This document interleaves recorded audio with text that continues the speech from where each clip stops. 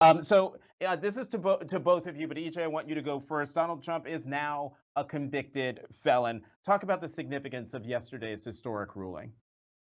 Well, I think you started right. The words convicted felons stick with you, just like NBA MVP stick with you for a long time. And so I think that is important. I think it's very important that for all the criticisms of Alvin Bragg, he put together a good case. And I think somebody online has the Alvin Bragg apology form where you can tick various boxes.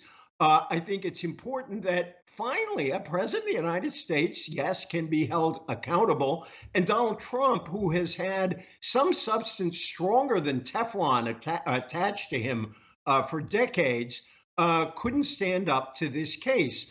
And I think it was really striking in this case that, and I guess Ari Melber on MSNBC was the first person I heard make this point. Trump's defense was not really looking for an acquittal because it wasn't really presenting, well, this is an alternative view of what could happen.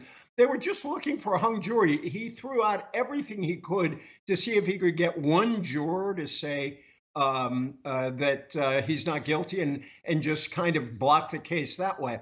Last point I'd make is that we don't know, of course, how this will affect the election, but NPR, PBS Marist had a poll the day of the verdict, but before it came out, that showed 17% said that a guilty verdict would make them less likely to vote for Trump. Now, we don't know how many of those will stick, but there were significant numbers of people in small towns and in other Republican-based constituencies who said this would make a difference. The one thing we know is Donald Trump would prefer not to be a convicted felon this morning.